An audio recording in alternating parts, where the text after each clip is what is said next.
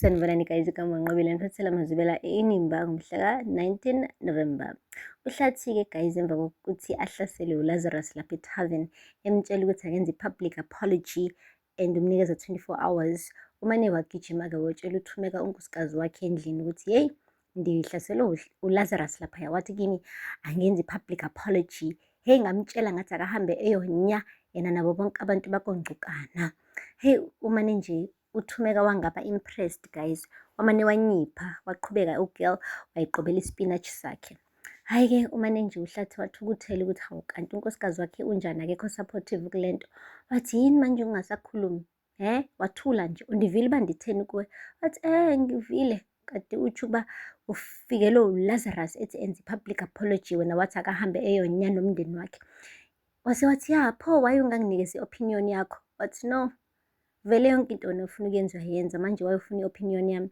Okay, yazi namhlanje andazi uba ndipheke ntoni, ndipheke i-beef noma i-chicken. Wamane uhlathi eyi awuvazi unginikeze i-opinion yakho, nami-ke angeke ngize ngikunikeze i-opinion yami. Hayi bo guys, sebethatha-ke manje lokuthukuthela sebekufaka ngisho ekudleni abazokudla ebusuku, imagine. But-ke umane wathi uThumeka it's fine, ngizopheka i-chicken. Wathi kodwa bendincamela i-beef mna, kusho uhlathi. Wathi ndithe ndizopheka i-chicken, kusho uThumeka. Kubonakala ukuthi naye manje usecasukile, akasafuni ukuloke encenga uhlathi, sekukhathele ukumncenga uhlathi guys. Hey, but ukhathele wrong-ke ugirl ngoba sebeze bashada la bantu. Yazi kwakumele kahle kahle uThumeka angamshadi uhlathi ukuze akwazi ukuthi ayeke ukuloke embekezelela kuyona yonke lento ayenzayo kuyena. Anyway, khethile guys, akupheli-ke lapho ngapha kongcukana. Eyi, le ndaba lena-ke yokuthi-ke igama lakongcukana lihlambalazekile, bese kumele-ke manje-ke uLazarus benoZoleka besende nje i-statement esosho ukuthi yonke lento ibikade ishiwo uhlathi, it was out of line and nje akusilona iqiniso. Ayi-ke uthe esenza njalo-ke kwabe kufona umnumzane wekhaya, ubaba wakhe phela uLazarus, emtshela ukuthi uhlambalazeke kangakanani nokuthi kahle kahle uLazarus uyisiqalekiso salaphaya kongcukana. Washo ukuthi sigqibo, andikaze mina lihlambalazeke ngalolu hlobo. Hey, ucekele phansi igama lale khaya, uyisiqalekiso apha kongcukana, lapho wonke umuntu ulalele endlini including uZoleka. Ube nje ku-drop ucingo, uZoleka ethi uzama ukuthi bandla axolise kuyena uLazarus. Wathi ungakhathazeki, yazi amazwi alo baba abuhlungu sengiwajwayele mina, akuthi nda. Yeyi guys, Lazarus ngathi uzalwe kabusha. Semva kwalapho wathi hayi, yazi nje mina into ebalulekile kumina ukuthi ngifundise uhlathi isifundo, indakazi nanokuthi ngimplaneleni. Hayi bo, waqala-ke manje uZoleka wathuka ukuthi hawu kanti uLazarus usana namaplan afuna ukwenza kuhlathi and akamtsheli nanokumtshela ngalawo maplan. Yeyi guys, ubekade esha ngaphakathi ugirl efuna ukwazi ukuthi yini leyo uLazarus afuna ukuyenza kuhlathi. But-ke uhlathi ngathi ubefuna ukuyenza ibe i-surprise lento, engafuni ukuthi uZoleka asheshe azi ngayo. Hey guys, kuvuthiwe kukudla laphaya komabandla, ispinatshi-ke kanye ne-chicken lekade iphekwe uThumeka. Yeyi ukudla bekumnandi guys, kwehle isiphundu ngoba ngisho uThulani uhluleke ukuzibamba. Hey, washo ukuthi yazi isandla sakho Thumeka thum eyali nemba ibhodwe lapho umncoma nje khona ngisho unkosikazi wakhe la etafuleni. Yeyi uze wathatha imfoloko wajoja inyama, wathi ufunza unkosikazi wakhe efuna ukumzwisa ukuthi yeyi nangu uThumeka epheka kamnandi nje, kodwa hhayi uhlathi ubeloku egwinya nje ubhuti, engafuni ukusho ukuthi ukudla kumnandi ngoba yena ubethe ufuna i-beef hhayi i-chicken.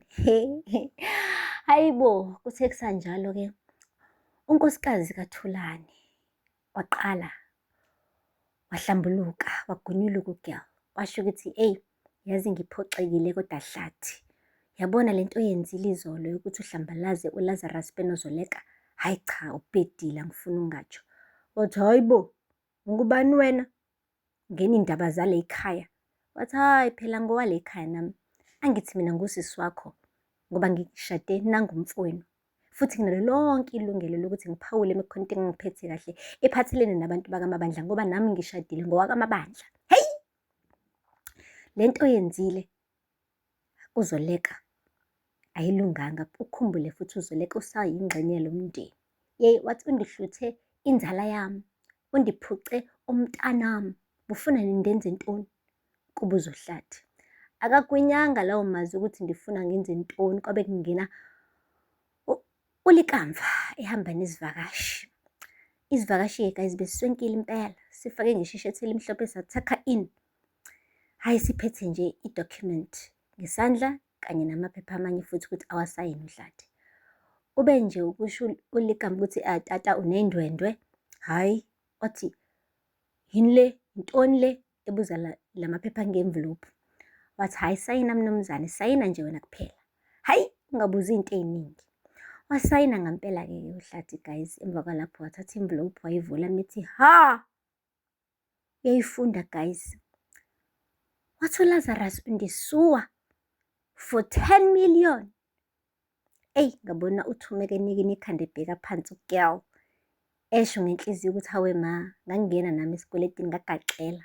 Eyi, ngoba ukushada guys, under community of property I believe, ngoba vele phela-ke abantu abadala imvamisa abaloke bebheka kakhulu mebeshada, bamane nje bethi yonke into eyami eyakho neyakho eyami. Yeyi! Naye-ke use-owisho uLazarus 10 million. Manje okubuhlungu kunako konke guys ukuthi siyazi sonke ukuthi yabo bathola wona ama-million laphaya kaMabandla avela kuzoleka emva kwe-divorce. But guys, please correct me if I'm wrong. Ngathi wathola 20 million uHlathi, and singasho nje ukuthi hayi, u-10 million uhambile nje guys fast, emva kokuthi phela abo alungise endlini, athenge iy'moto ezintsha, ahambe yolobola laphaya kaBikitsha, eyolobola uThumeka, nomshado okuyindumezulu abekade bewushadile nje not so long ago. So nje imali bayispendile, I'm sure sekusele u-10 million or even less lapha ebhenki. Manje-ke mase sebezoswishwa lo 10 million, hayi bazowuthathaphi guys?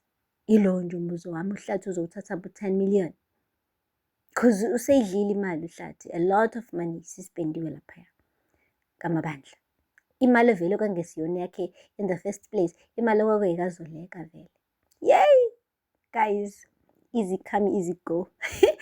Ayi, akupheli-ke lapho guys. Nangu-ke no Lillian, i-ex ka-Lazarus, uthi ufuna ukuqumba phansi ikhosela tech and ufuna uSydney abe i-right handman yakhe, asebenzisane naye ukuqumba phansi ikhosela tech. And yona-ke yonke lento personally kuyena ufuna ukuyiphiniselela ngokuthi walaxazwa. Yoba laxazwa uyena uLazarus. So umane nje wathi-ke uSydney, uma ukuthi ufuna ngingene on board, ngicela u-50% oma-shares nje alapho kwi-Cybersphere. I-Cybersphere inkampani-ke yalo sisi lo Lillian. Hhayi, u-girl unqabile bakithi, usho kahle ukuthi hhayi, uphile emaphupheni-ke manje bhuta, iphupho lelo, ngeke ngikwazi ukunikezwa hafu inkampani yami. Wathi-ke take it or leave it, ukhumbule ukuthi uwena ofike la wangicela ukuthi ngikusize siqumbe phansi ikhosela tech. So uma ufuna sikwenze lokho-ke then hlaba phansi u-50%. Yay guys, hhayi kunzima, kunzima, yonke into iza ne-prize yakhona. Aphela lapho-ke guys amazibela namhlanje, ningakhohlwa ukusubscribe and like and comment. Until next time, bye. Sanibonani guys, igama Nqobile niphathela amazibela eNimba ngomhla ka 19 November. uHlathi-ke guys emva kokuthi ahlaselwe uLazarus